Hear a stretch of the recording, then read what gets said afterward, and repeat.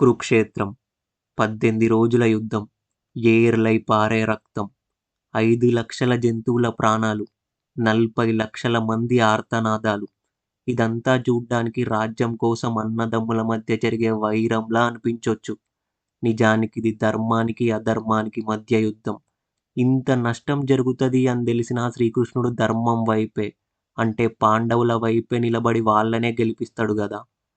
దీనికి మన ప్రోగ్రామింగ్కి సంబంధం ఏంటని అనుకుంటురా?